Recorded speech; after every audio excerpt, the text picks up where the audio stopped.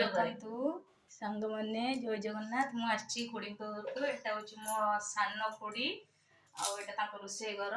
ମୁଁ ଆସିଥିଲି ଟିକେ କିଛି କାମ ଥିଲା। ଏଠି ଚାହା ବସିଛି ଦେଖିପାରୁଥିବେ। ଚାହା ଅଲରେଡି ପିଇ ସାରିଲେନି, ପୁଣି ଆଉ ଗୋଟେ ଖୁଡି ଆସିଲେ ତ ତାଙ୍କୁ ଟିକେ ଗରମ କରିକି ଚାହା ଦେଲେ। କଣ କୁହ, ଭଲ ହେଇଛି ଚାହା ଟା? ହଁ ଭଲ ହେଇଛି। ଖୁଡି ବନେଇଛନ୍ତି ଆଉ। ଖୁଡି ତୁମ ଚାହା ଭଲ ହୁଏ ନା?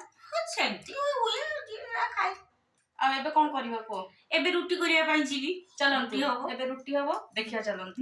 ଖୁଡି ଗଲେ ଦେଖିପାରୁଥିବେ। ତ ସେଟା ରୋଷେଇ ଘର। ଭିଡିଓ କରିଦଉଛି ନା। ଏଟା ହଉଛି ଆମର ଚୁଲିରେ ରୋଷେଇ ହବ।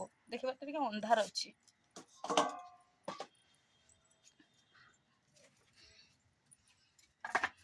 ଦେଖ ଖୁଡି କଣ କରୁଛନ୍ତି ଦେଖନ୍ତୁ। ଏବେ ଚୁଲି ଲଗେଇବେ।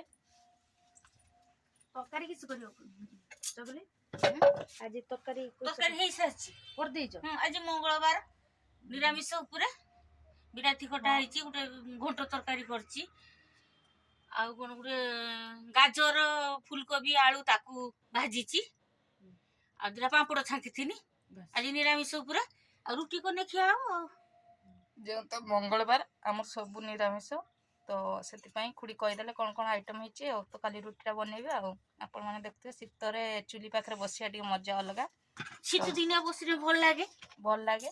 ଦେଖିପାରୁଛନ୍ତି ଖୁଡି କେମିତି ଚୁଲିରେ ରୁଟି କରୁଛନ୍ତି। ମୁଁ କିନ୍ତୁ ଚୁଲିରେ କରିପାରେନି, ମୁଁ ଗ୍ୟାସ୍ ନହେଲେ କରିପାରିବିନି। ତ ଶିଖିକି ମୁଁ କରିପାରୁନାହିଁ। ନା ମୁଁ ଚୁଲିରେ କରିଦେମି, ଗ୍ୟାସ ରେ କରିଦେମି, ମତେ ସେଇଟା ରୋଷେଇ କରିତେ ଦେଇଦେଲେ ମୁଁ କରିଦେବି। ସୁବିଧା ଚୁଲିରେ ରୁଟି ଟା ଭଲ ହୁଏ ଗ୍ୟାସ ରୁ। ଆଉ ତାପରେ ଏତେ ରୁଟି ହବ ନା, 22-23 ଖଣ୍ଡ ରୁଟି ହବ। ଗ୍ୟାସ ରେ ଲେଟ୍ ହବ। ବଡ ବଡ ରୁଟି ଚୁଲିରେ କରିଦେଲୁ।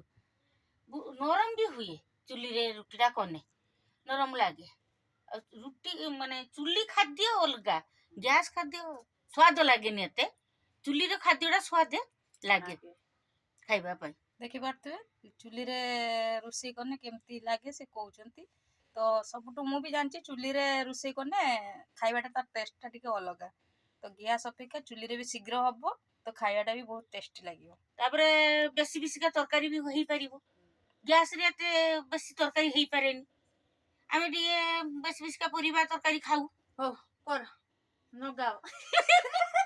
ଲଗାଅ ଚୁଲି। ଦେଖନ୍ତୁ ଏବେ ଚୁଲି ଲଗାଯିବ। ଦେଖନ୍ତୁ